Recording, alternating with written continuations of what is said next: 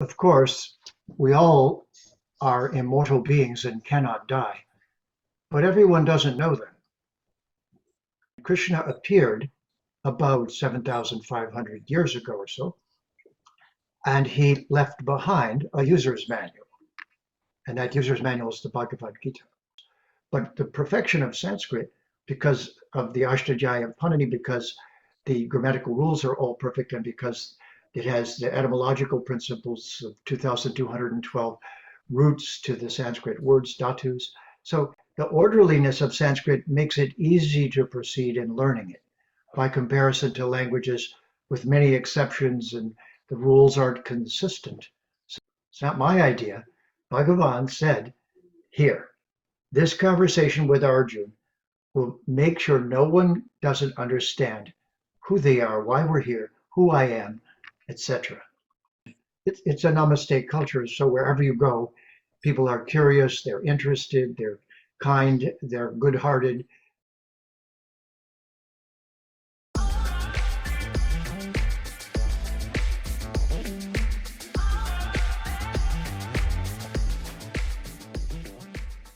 Hello friends, welcome to Indian Temples YouTube channel.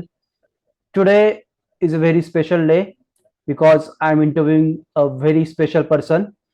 I will be interviewing Jeffrey Armstrong, who is also known as Kavindra Rishi. He is a relationship expert, a philosopher, a practitioner and teacher of Vedas for over 40 years. Before he started teaching Vedas, he had a very successful career as an executive in Silicon Valley. For 15 years, he was a corporate executive in Silicon Valley, and he is a speaker who has spoken at many Fortune 500 companies. He is one of the most sought after guest expert on TV shows as well as radio shows.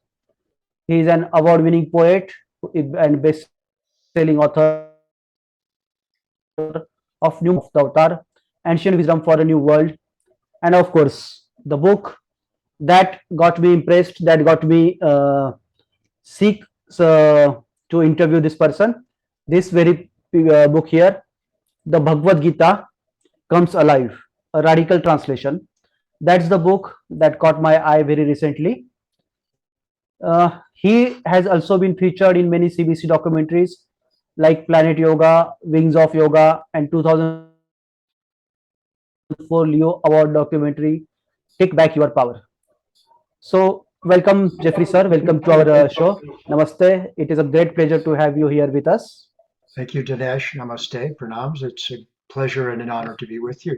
So, the first and foremost question, sir, how are you today? How are you doing today?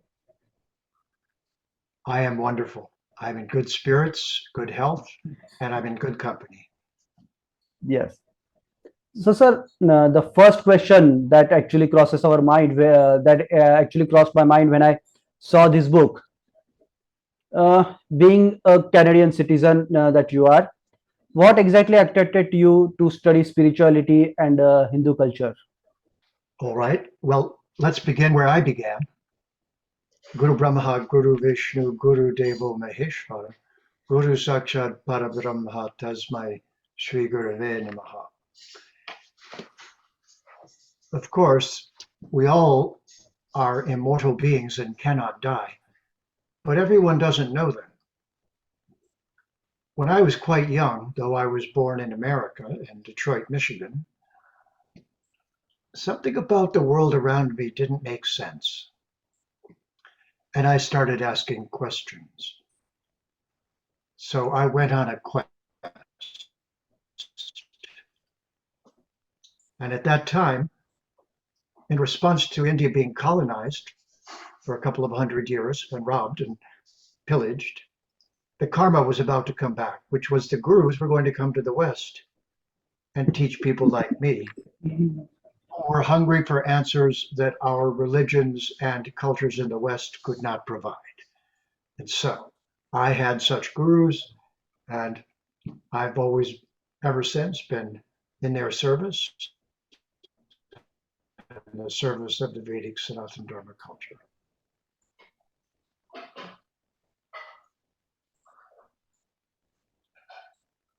Yeah. Now, why the Gita? Because the Gita is just like this computer that we're using, comes with a user's manual. So at the beginning of Kali Yuga, the avatar of Bhagavan descends. Matsya Kurma Varahascha, Narasingho Chavamana, Ramo Ramacha Ramascha, Krishna Kalkir. There are 10 avatars in the Das avatars of the Vedas. And Krishna appeared about 7,500 years ago or so, and he left behind a user's manual. And that user's manual is the Bhagavad Gita. But the problem is that when it was translated into English, because of colonization, Christian terminology was all through the book, and it was replacing the Sanskrit terms. So God instead of Bhagavan. And in this way, we lose the meaning of Bhagavan. And so eventually I saw a service I could render. Because I was an English major, I'm a poet, I'm a writer, so I could clean up the English. And of course, I studied Sanskrit with the Benares Pundit, so that I could bring some Sanskrit words in by leaving them in the verses. And so this project took about 10 years, but it came out, as you see, a couple of years ago. My contribution to clarifying. Hence, when the Gita comes into English, we have to be careful it doesn't become Christianized or colonized. Okay, that's really an interesting thing, sir. I also read that you have stayed many years in India. You studied a lot of material here in India. So maybe you can share with our viewers where exactly you stayed in India. How was your experience here? Well, first of all, I didn't live there, but we've been there about 40 or 45 times. And one of those was a 40-day trip by train across India, top to bottom, on behalf of the RSS, giving talks wherever we went. And it was quite an adventure. We were in second air, not in first class, but that's okay. We met all the people that way. Okay. So what I found was that, first of all, the people are cordial and welcoming, and it's a namaste culture. So wherever you go, people are curious, they're interested, they're kind, they're good-hearted.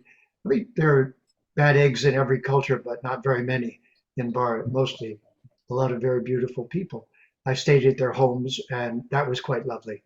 Almost like getting reparented.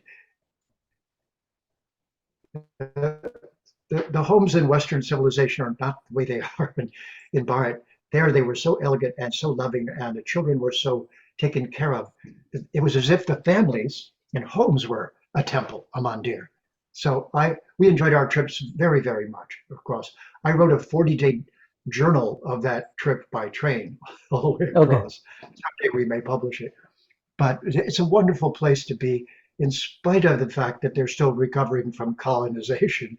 But that's not their problem. That wasn't mine. No one was ever rude to me the whole time I was there. Okay. Can you imagine? All the times I was there, everyone was helpful, considerate, respectful. So I have nothing but good reports on the experience. Okay. And when you were in India, apart from Bhagavad Gita, which other epics or Puranas or which other religious books did you study here? Well, in the course of my studies, I've had 3 gurus. The first was initiating me into the Vaishnava lineage of the Gaudiya Sampradaya, A.C. Bhaktivedanta Swami Prabhupada. The second was a Benares Pundit and teacher of Sanskrit at the University of Hawaii, and his name was Ramanath Sharma. He had memorized the 4,000 grammatical rules of the Ashtadhyayi Panini. Okay. This guy was Pandita. Okay. That's Pandita. You say something, he says, rule number 2,221. And then finally, I became a Jyotishi in 1973. And I studied with a gentleman named M.K. Gandhi and learned Jyotish. So those are my 3 pathways into the Vedic Dharma and the Vedic literature. But of course, I've read the Ramayana and the Mahabharata and the Upanishads is not all 108, but as many as I can. And so I read all the texts that I can in the Bhagavad Purana. I assisted my guru in translating the Bhagavad Purana into English. So I got involved right away at the beginning of my ashram period, which was 5 years as a brahmachari. And I also was proofreading the texts that were coming into English. So I've tried to make myself conversant with the Shastra pretty well.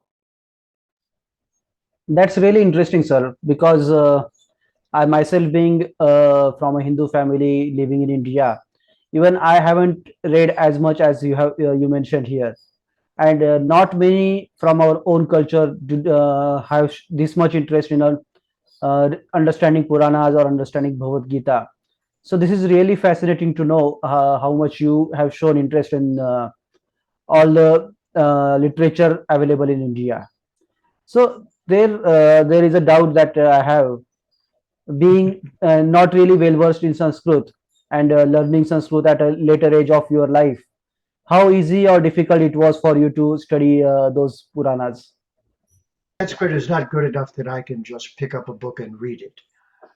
You Okay. might say that the Sanskrit that I have is the necessary Sanskrit for describing the true values and nature of the Vedic culture. Of course, I mean, I was taught, Om Purnamada Purnamidam Purnat Purnamudachite Purnasya Purnamadaya Purnameva Vashishyate Ishavasyamidam Sarvam or Gita Bahunam Janmanamante Jnanavan Mam Prapadyate Vasudeva Sarvamiti Samahatma Sudolabha Bhagavad Purana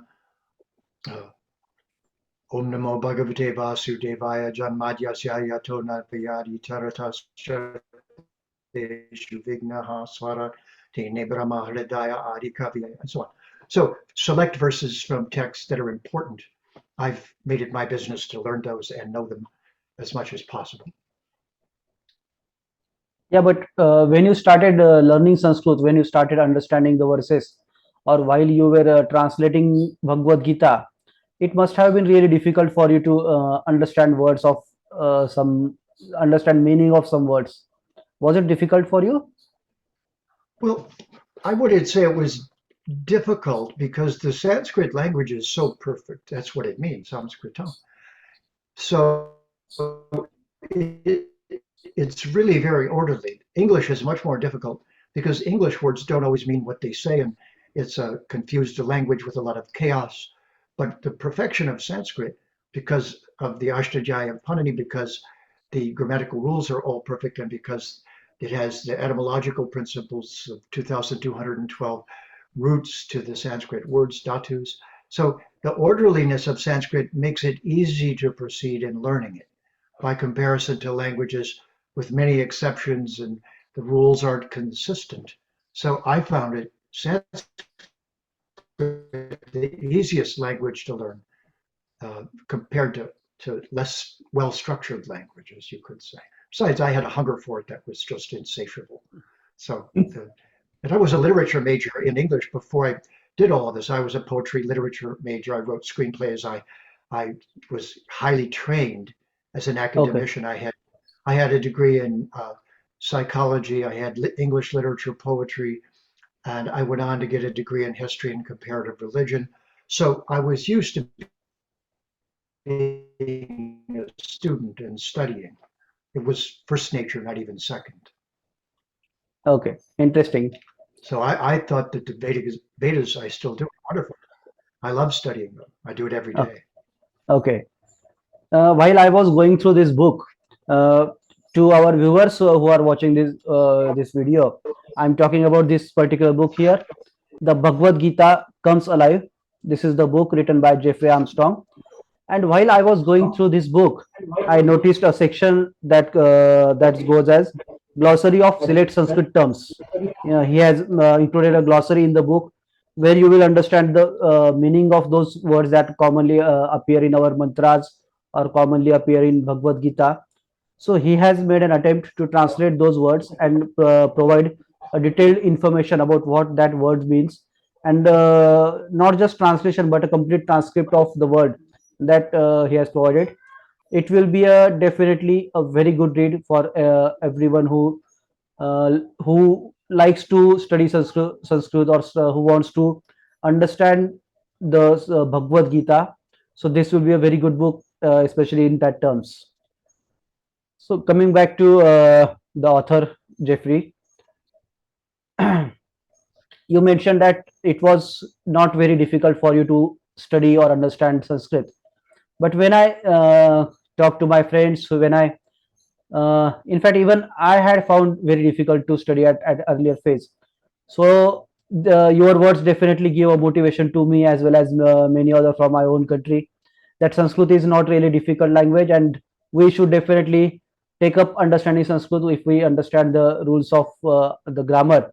It will definitely be very helpful for us to understand our own culture or our own epics.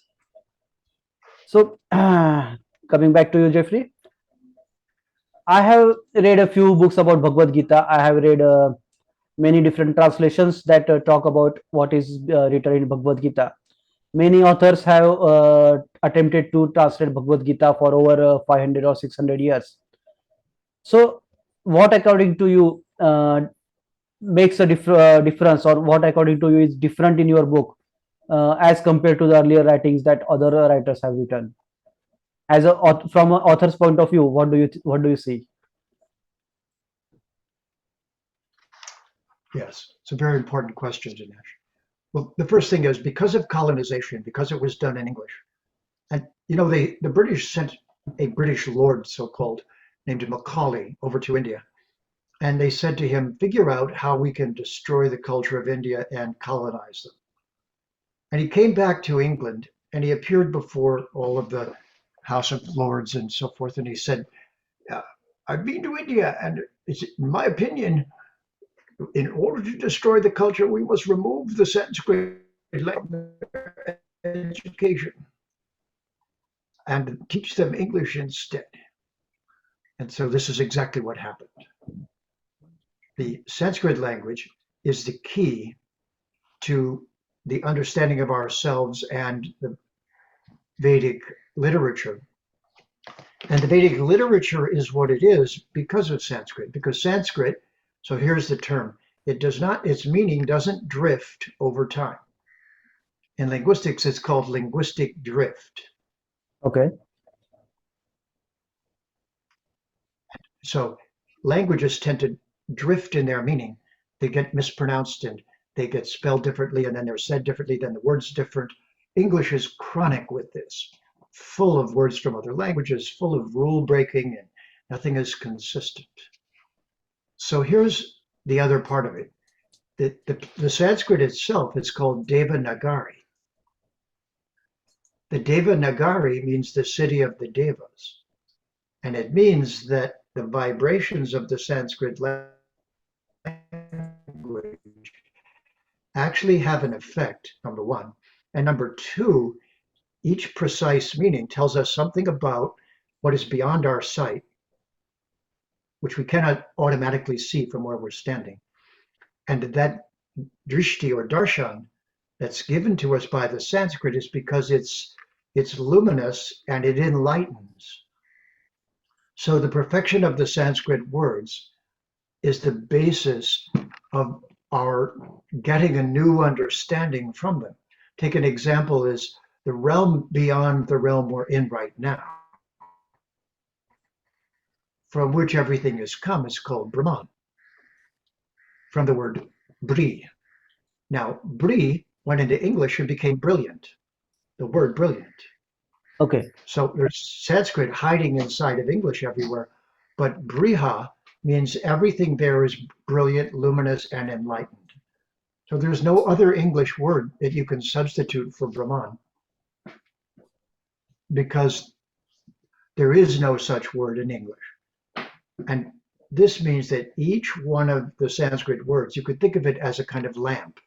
It shines light on a part of the truth that we need to know. So no other language has words that do that. And this is what is distinctive about Bharat as a culture, that the rishis were given the highest understanding, and they were given it in a language that is actually It gives you enlightenment. And therefore, the more of those words you have, then the more you can see what is otherwise invisible. And no other language on our planet is like that. And no other culture has a library that's based on that. So this has been my hunger ever since I found out about it, is to get more and more exposure to all those beautiful words. Moksha. There's no English word for moksha. There's no Yeah, English word for atma. Soul is not atma. Soul is S-O-L. It's Latin. It means a little sun, but the sun someday will burn out. But the atma will not burn out when the soul does. The soul will interesting. not burn out when the sun does. But it's Yeah, not the soul, it's the atma. So we have to be careful to not use the Christian terminology in place of Sanskrit words. And this is what I did in the Gita. The glossary is such that you learn at least 100 or so Sanskrit words, because you can't be in the conversation unless you know those words. right. And that's one of the qualities of the Gita, that those glossaries, and then you'll notice I left the Sanskrit words in the verses. So the reader has to learn moksha. They have to learn prakriti. They have to learn Brahman. They have to learn Atma, Paramatma, and so on. Yeah, Because without that, we can't really point out the Vedic worldview. It's a worldview. It's not just a philosophy. It's not a religion. Religion means bound up by a book of rules, but that's not what the Veda is. The Veda gives us our own self back. And what do we call that self? Our Atma. So when I become an Atma, then Bahunam Janmanamate, Yanavan Mam Prabhadyate, Vasudeva Sarvamiti Samahatma Sudurlabhaha. I have many lifetimes. In Western civilization, everyone just has one. That's terrible. They only have one lifetime. No wonder they're afraid. But in the Gita, what happens is that you learn new words, and one is supposed to learn those by reading the Gita. So I made sure that the reader will not be using Christian words for Sanskrit words, took them all out, God, sin, heaven, hell, all those, and then left the Sanskrit in. So now they have a Sanskrit vocabulary of at least 100 most important Sanskrit words. So that's the principle. okay. There was one thing that I noticed while I was reading your book. I have as I mentioned, I have earlier read a few other translations of Bhagavad Gita that were written by different authors or different poets. But while reading your book, I noticed a very significant change, very significant difference. That when you are translating some shlokas of Bhagavad Gita, you have only provided the literal translation or what exactly that shloka means. That is the thing that you have provided. You have nowhere tried to include your personal opinion about the shlok, or what you infer from that, or what you yourself feel about that shlok. You have nowhere written it from that point of view. But earlier, when I used to read different books on Bhagavad Gita, I have observed that every author tries to put his or own understanding while writing those books, or while writing the meaning of the shloka. So, did you never had that urge to write down what exactly you were feeling at the time when you were listening to shlok? Did you ever that had that feeling to write it down? That's a really great question, Dinesh, because at first, when translating took place, publishing wasn't at a point that you could publish a separate book from the verses and explain your interpretation. But then what happened was the so-called purports, the explanations, are so cumbersome and so filled with the detail that the student never reads the Gita all the way through and doesn't get the feeling of being present with Bhagavan and Arjuna, because it's interrupted so many times. And with the best of intentions, all of those acharyas then obstructed our relationship with Bhagavan while trying to explain it, hoping we would now understand it more clearly. But because the Vedic culture encourages different sampradayas, so there's Shankara, there's Ramanuja, there's Madhva, there's Nimbarka, there's Vishnu Swami, there's Chaitanya, there's now Swami Narayan, which is a natural part of the Vedic culture, that these different angles of drishti are important. But if you put them in the Gita, they obscure the conversation. And when I saw that, I said, okay, I'll explain it when people ask, according to my understanding. But my understanding shouldn't get between Arjun and Bhagavan. So in this way, I made it very, very much that the reader would be right there with Bhagavan and Arjun, and that should be what happens. That's where the direct experience takes place. Yeah, that is actually a very interesting concept, because when you mentioned that you did not want to come between Bhagwan and Arjun, or rather, when I look at this book, I see myself in the position of Arjun, who is getting some understanding from Krishna, and you don't want to stand between me and Krishna. So that's a very, very noble thought. Really, really salute to that thought, sir. Uh, you Yes, when I was there's an reading old about saying, a triangle is not a right, triangle is triangle is never better than a straight line. Yeah, definitely. triangle is not a very good relationship. It has sharp edges. So Yes. they, without knowing, they made it a triangle. And I said, let's just get rid of that and hear Arjun and Krishna speaking. Sir, I read while I was reading about you, I got to know that you are author of many best-selling books. You have been writing for a long time. So, are there any tips that you would like to give to upcoming writers, those who are willing to write something, or those who are still thinking to write something? Do you have any tips for upcoming writers? Yes, the first is to not use colonizing Christian English. So think of those words as toxic. So I call them talk sick. If you still Yeah. call Bhagavan God, then you're obscuring the real meaning and you're using a disabling word which is not from your culture and which removes the meaning. Bhagavan is Bhaga. There's 6 Bhagas given in the Vishnu Purana: beauty, wealth, strength, fame, knowledge, generosity. And those Bhagas are Van, possessed by Bhagavan in an unlimited degree. And that's the definition. But the word God, nobody knows where it really comes from, who uses it. But it's in the Agnihotra Yagya in the Vedic culture. We're saying thank you for the food we eat and promising to take care of the planet.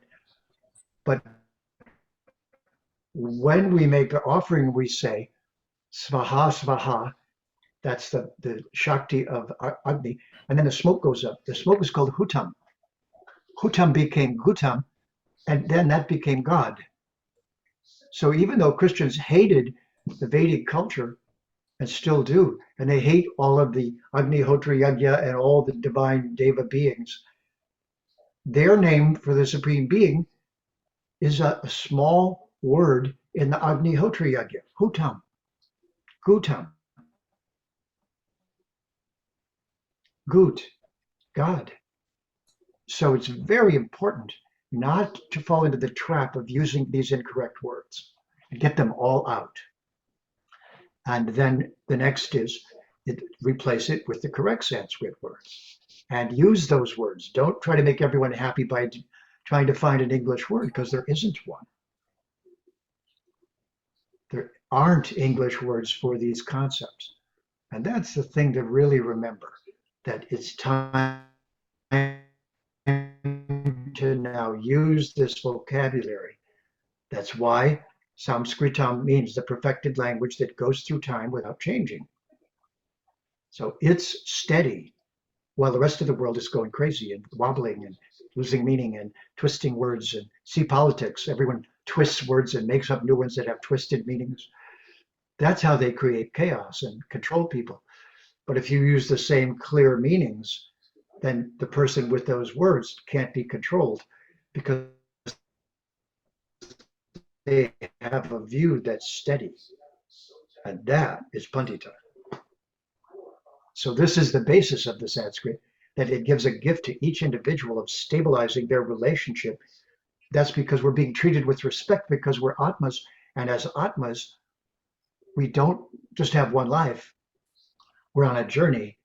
And so when we're respected in that way, we start becoming Mahatma rather than Duratma, big-minded rather than small-minded. Really, really interesting concept, sir.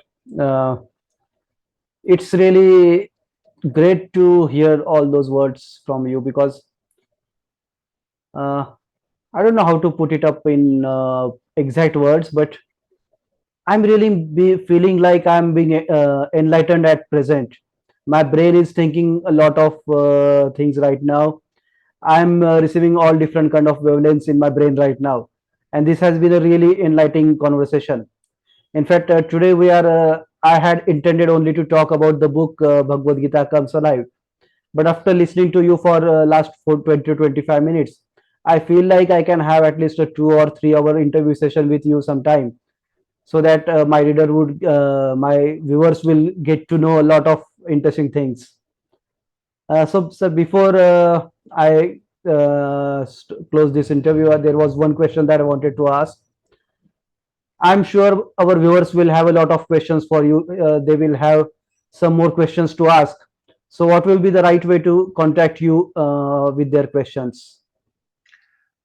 That's it. Excellent. We have a membership, especially special going right now for people from India.